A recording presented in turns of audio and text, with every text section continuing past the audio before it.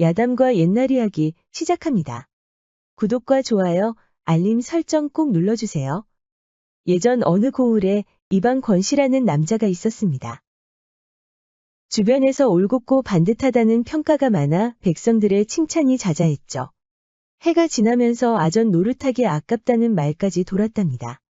하지만 권씨에게는 고민이 하나 있었습니다. 혼례를 올린 여인이 한 해도 지나지 못하고 세상을 떠난 것이죠. 이후로 나란 일을 하느라 후처를 찾지 못했습니다. 그러던 어느 날 문이 마주 보이는 집에 평민 과부 유정이라는 여인이 이사를 왔는데요. 권씨는 그 과부를 보고 한눈에 반해버렸습니다. 권씨는 장문에 그리 능하지 않았지만 몽상가로서는 누구에게도 뒤지지 않았답니다. 한 번은 지나가는 도공이 권씨가 상상하는 그림을 그린 적이 있는데요. 그때의 몽상이 지금 과부를 만났을 때와 비슷했습니다. 들꽃이 펼쳐진 사이에 봉황새가 지나가는 것처럼 그 과부에게서 눈부실 정도로 빛이 나는 것이죠. 유정이라는 여인이 이사를 온 뒤로부터 권씨는 잠도 제대로 청하지 못했습니다. 한 번만이라도 대화를 해보고 싶어 집 주변을 기웃거렸죠. 그동안 나라 일만 해서 그런지 숫기도 많이 사라져서 애만 태우고 있었습니다. 그러던 어느 날 그 아리따운 과부가 세탁된 옷을 두들겨 다듬고 있었는데요. 지나가던 권씨가 유심히 보다가 침을 꿀꺽 삼켰습니다. 한창 다듬이질을 해서 몸에 땀이 찼는지 치마를 걷어올려 허벅지까지 훤히 보이는 게 아닙니까? 권씨는 멍하고 쳐다보다가 그만 과부와 눈이 마주쳤습니다. 권씨는 잽싸게 몸을 숨겼지만 이미 과부에게 발각되어 버렸으니 한심할 노릇이었죠. 그동안 나라 일만 생각한 덕분에 마을 주민들에게 늘 격려를 받으며 살았는데 과부 한 명한테 쩔쩔매고 있으니 얼마나 답답하겠습니까? 그래도 권씨는 용기 한번 내보지 못하고 계속 과부 주변을 기웃거리기만 했죠. 그렇게 며칠이 지났는데 다시 그 다듬이질 소리가 들렸습니다. 권씨는 조심스럽게 움직여 훔쳐보고 있었는데요. 이번에는 들키지 않으려고 온몸에 신경을 곤두세우고 있었습니다. 그런데 이게 웬일입니까? 다듬이질을 한창 하던 과부가 기다렸다는 듯이 권씨 쪽을 바라보는 겁니다. 권씨는 너무 놀라서 뒤로 나자빠졌죠. 거기서 강아지처럼 훔쳐보는 사내는 누구십니까? 드디어 들어보는 그녀의 목소리였습니다. 권씨는 당혹스러우면서도 처음으로 말을 걸어준 것 같아 기뻤습니다. 실례를 범했소이다. 저는 이 앞에 사는 이방입니다. 그러자 과부는 얼른 몸을 일으켜 고개를 숙였습니다. 저야말로 몰라봬서 실례를 범했습니다. 이렇게 누추한 곳에 어인 일이십니까? 권씨는 핑곗거리를 찾으려고 했지만 좀처럼 생각이 나지 않았습니다. 우물쭈물하는 사이에 이미 과부는 권씨가 흑심을 품고 있다는 것을 눈치채고 있었습니다. 과부가 미소를 짓자 권씨는 황홀한 기분이 들면서 따라 웃어버렸죠. 그렇게 설렜던 첫 만남을 뒤로한 권씨는 한참 나란 일을 하다가 과부가 보고 싶어 미칠 지경이었습니다. 일을 마무리하고 곧장 과부의 집으로 향했는데요. 오늘도 어김없이 다듬이질 소리가 들렸는데 이번에는 용기를 내어 곧장 집으로 들어갔습니다. 그때 권씨는 깜짝 놀랐습니다. 과부가 아예 우도까지 벗고 열심히 다듬이질을 하는 게 아닙니까? 허벅지에 놀랐던 권씨는 땀이 흐르는 어깨의 맨살을 보고 입을 다물지 못했습니다. 과부는 권씨가 온 것도 모르고 계속 두드리고 있었는데요. 다듬이로 때릴 때마다 권씨는 온몸을 떨었습니다. 과부는 다듬이질을 멈추고 이마에 흐르는 땀을 닦을 때 권씨가 온 것을 알았습니다. 날이 언제부터 거기에 계셨습니까? 미안하오. 일을 방해하는 것 같아서 그냥 보기만 했소이다. 냉수 좀 마실 수 있겠소? 안 그래도 목이 말랐는데 잘 됐습니다. 조금만 기다리십시오. 권씨는 침을 꿀꺽 삼켰습니다. 과부가 옷도 챙겨 입지 않은 채 그대로 일어서는 겁니다. 권씨는 마루에 앉아 기다리고 있었는데요. 냉수를 가져오는 과부의 가슴 부위를 보고 눈이 휘둥그레졌습니다. 어찌 저리 크단 말인가? 내 두 손 안에도 못 들어올 것처럼 크구먼. 그러면서 권씨는 과부 몰래 씩 웃었죠. 날이 시원한 냉수입니다. 권 씨는 떨리는 손으로 냉수를 받더니 꿀꺽꿀꺽 소리가 날 정도로 시원하게 마셨습니다. 냉수가 나리 목을 거쳐 거침없이 들어가는군요. 제 가슴도 그러한 심정이옵니다. 깜짝 놀란 권 씨는 살에 들려 기침을 하고 있었죠. 혹시 가슴을 유심히 본 것이 들킨 건가 하고 과부를 바라봤는데 다행히 그런 건 아닌 것 같았습니다. 나리, 며칠 전부터 다듬이질을 계속 보시던데 혹시 관심이라도 있으십니까? 아니오시다. 사내가 다듬이질에 관심이 있겠소이까? 나리에 대한 얘기는 전해 들었습니다. 저 또한 한 해가 지나지 못하고 신랑을 잃었는데 이 다듬이질을 한 뒤로부터 화가 좀 풀렸답니다. 다듬이질과 상관이 있소이까? 두들기다 보면 마음속에 있던 노여움과 걱정거리가 사라지더이다. 나리께서도 한번 해보소서. 사내가 다듬이질을 한다는 건 상상도 할 수 없었지만 권 씨는 과부의 가슴 부위를 한번 보더니 고개를 천천히 끄덕였습니다. 권 씨는 과부가 준 다듬이로 두들기기 시작했는데요. 옆에서 과부가 흐뭇한 미소로 바라보니 너무 기분이 좋았답니다. 나리, 어떻습니까? 세상만사 걱정거리 모두 날아가는 것 같지 않습니까? 안 그래도 다듬이질만 하고 있던 권 씨는 과부가 말을 걸어준 틈을 타서 다시 가슴 부위를 쳐다봤죠. 아주 기분이 좋소이다. 날아갈 것 같구먼. 그러자 과부가 권 씨의 손목을 살포시 잡는 겁니다. 옷감이라고 생각하지 마시고 두꺼운 조개라고 생각해 보소서. 조개라고 하셨소. 그렇사옵니다. 최근 조개가 잘 열리지 않아 방망이질을 해야 한다는 말이 파다하더이다.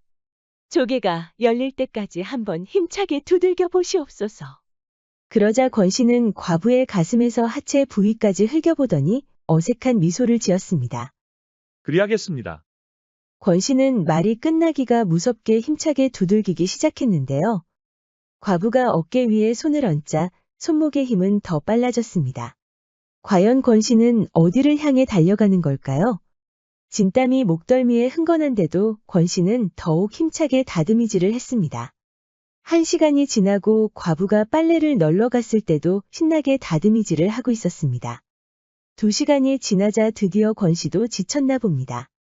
나리 덕분에 옷이 모두 이렇게 반드러워졌습니다. 미리 냉수를 가져다 드렸사오니 시원하게 드시고 가소서. 그렇게 과부가 방으로 들어갔고 권 씨는 땀에 젖어 헐떡거리고 있었죠. 집에 돌아온 권 씨는 아무리 생각해도 이용당한 것 같아 분했습니다. 이번에는 꼭 마음속 사랑을 고백하리라 다짐했죠. 다음 날 권 씨는 간견한 목소리로 과부를 불렀습니다. 과부 눈을 제대로 마주치며 확실히 고백하려고 마음을 다잡은 것이죠. 나리, 어서 오소서. 알고 보니 다듬이질을 마무리하지 못했지 뭡니까? 여기 다듬이 있습니다. 고맙소. 권 씨는 바로 다듬이를 받아서 다시 두들기기 시작했습니다. 사랑 고백은 하지도 못했지만 과부가 옆에서 지켜보는 것만으로도 즐거운 것이죠. 이번에도 두꺼운 조개 껍질을 열기 위해서 열심히 두들길 것이오. 권 씨의 노력이 가상했을까요? 과부가 권 씨의 손목을 잡더니 천천히 자신의 어깨 위로 올리는 겁니다. 권 씨는 이마에 땀이 흐르는 것도 모르고 힘겹게 숨을 고르고 있었죠. 나리, 어디 두꺼운 조개 껍질만 있겠습니까? 아주 부드럽게 열리는 조개도 있사옵니다. 권 씨는 다듬이질을 워낙 열심히 한 탓에 좀처럼 진정하지 못하고 있었죠. 그 부드러운 조개는 어디 있어? 그러면서 과부의 하체 부위를 흘깃봤는데요. 과부는 천천히 방을 가리켰습니다. 제가 자는 방에 아주 부드러운 조개가 있사옵니다. 그 조개는 정말 잘 열리오? 잘 열리다마다요. 나리의 따스한 입김만으로도 열릴 것이옵니다. 권 씨는 과부의 손에 이끌려 방으로 들어갔습니다.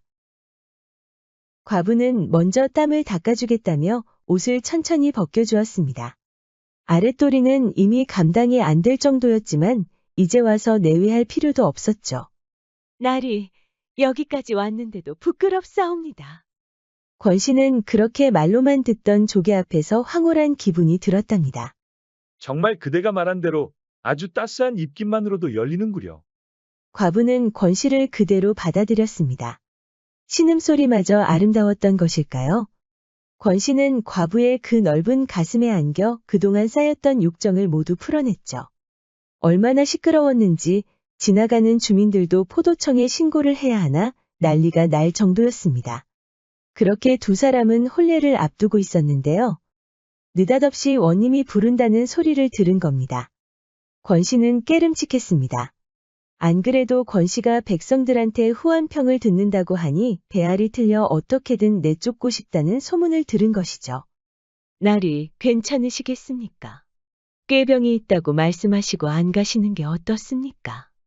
걱정 마시오, 부인. 아무리 그래도 이방한테 무슨 짓이라도 하겠습니까?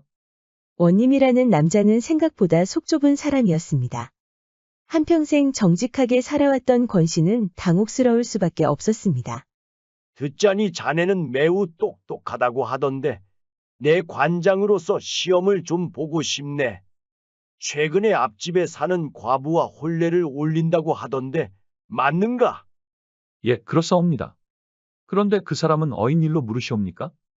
내일 시험을 알아맞히지 못한다면 자네가 그동안 똑똑하다는 소문은 거짓이겠지.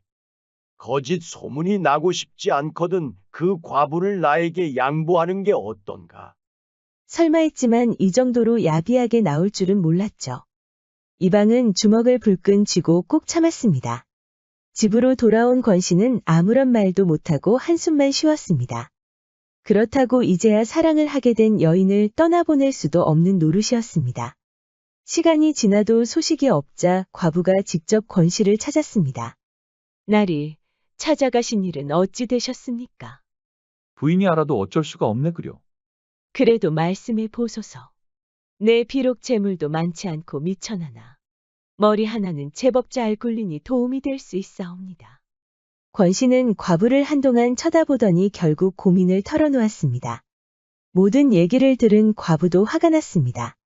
자기보다 잘 나가는 부하가 꼴 보기 싫다는 이유로 이런 억지를 부린다니요?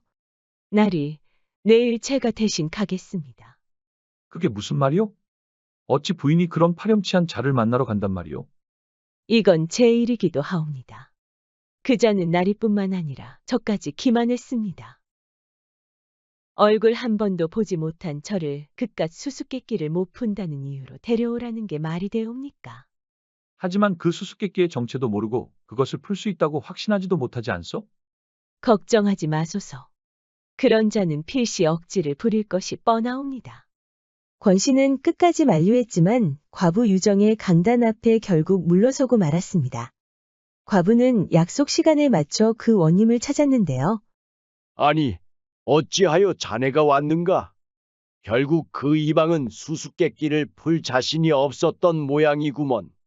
아니옵니다. 제가 대신 그 수수께끼를 풀러왔사옵니다. 원님이라는 남자는 피식 웃더니 팔짱을 끼고 과부를 유심히 쳐다봤습니다. 처음 보는 얼굴이지만 굉장한 미인이라서 욕심이 난 것이죠. 마치 먹이를 노리는 짐승처럼 얼굴이 표독스럽게 변하는 겁니다. 좋아. 수수께끼는 총 3가지니 신중히 대답하게. 만약 못 맞히면 자네는 내 것이야. 말씀하소서. 해가 하루에 몇 리를 가는지 아는가? 그야말로 수수께끼였는데 과부는 주저하지 않고 대답했습니다. 하루에 80리를 갑니다. 원님이라는 자는 당황했습니다. 어째서 그런가? 제가 가는 개천이 있는데 80리 떨어져 있습니다. 옷감을 보러 자주 가는 곳인데 아침에 해 뜰 무렵 출발해서 금방 주점에 도착하면 해가 지옵니다. 그러니 해가 가는 길과 같지 않겠습니까? 그렇습니다. 어차피 원님이라는 자가 낸 수수께끼는 답이 없었던 것이죠. 원님도 정확히 몇 리를 알고 물어본 것이 아니었습니다. 원님은 기침을 한 번 하고는 두 번째 수수께끼를 냈습니다. 저기 빨랫줄에 앉은 참새가 모두 몇이나 되겠는가? 이번에도 과부는 주저하지 않고 대답했습니다. 석말 석대 정도 되옵니다. 어째서 그렇게 되는가? 집에 있는 빨랫줄에도 참새들이 자주 왔는데 무료에서 헤아린 적이 있사옵니다. 크기를 보아하니 이 집에 빨랫줄이 2마리 더 되옵니다. 원님은 화가 나서 바로 반박하려 했습니다. 자네 혼자 사는 것이 아닌가? 빨랫줄 크기가 어떻게 한 마리나 된단 말인가? 거짓을 고하면 어떻게 되는지 모르는가? 저는 이웃에 사는 어려운 주민들을 위해 빨래를 해주고 있사옵니다. 곧 혼례를 올릴 저희 서방님도 다 아는 일이옵니다. 처음에는 허리 때문에 힘들어 하시는 할머니를 위해 해드리다가 이제는 제 힘이 닿는 데까지 해주다 보니 이제는 한 말이 넘었지요. 이건 역정을 내실 게 아니라 오히려 칭찬해 주셔야 하지 않겠습니까? 원님은 기가 막혔지만 바로 나올 말이 떠오르지 않았습니다. 이 역시 답이 없는 문제였기 때문에 지금 참새를 헤아리는 것도 웃기는 일이었죠. 원님이라는 남자는 씩씩대다가 씩 웃더니 주먹을 불끈 쥐었습니다. 이 주먹이 얼마짜리로 보이는고? 자신의 권력을 과시하는 것이었죠. 이제라도 자신의 힘을 무서워하고 권시를 버리고 오라는 뜻이었습니다. 그런데 이번에도 과부는 주저하지 않고 대답했습니다. 다푼 정도 되옵니다. 뭐라고? 어째서 그러는가? 제 서방님이 나란 일을 돌보느라 몸이 약해지셔서 몸보신해 드리기 위해 쇠브라를 고아드린 적이 있사옵니다. 부둣간에 가서 딱 사또 주먹 크기의 쇠브라를 샀더니 다푼이라고 하였사옵니다. 원님이라는 자는 그 자리에서 경로하다가 그만 쓰러져 버렸습니다. 이후 이 사실을 알게 된 조정에서는 알아누워 버린 사또를 처벌하고 권씨를 그 자리에 앉혔답니다. 과부 유정의 지혜에 감탄했던 것이죠. 전대지제라는 옛말이 있습니다. 지혜롭게 대답하여 외국 사신으로 능히 응대할 만한 인재라는 뜻이죠. 우리 영상을 시청하시는 여러분들도 늘 지혜로운 선택하시어 행복한 삶 가득하시길 바랍니다. 구독과 좋아요, 알림 설정 부탁드립니다. 앞으로도 재미있는 이야기가 많으니 다른 영상도 재미있게 봐주세요. 그럼 여러분 모두 오늘도 행복하고 즐거운 시간 보내세요.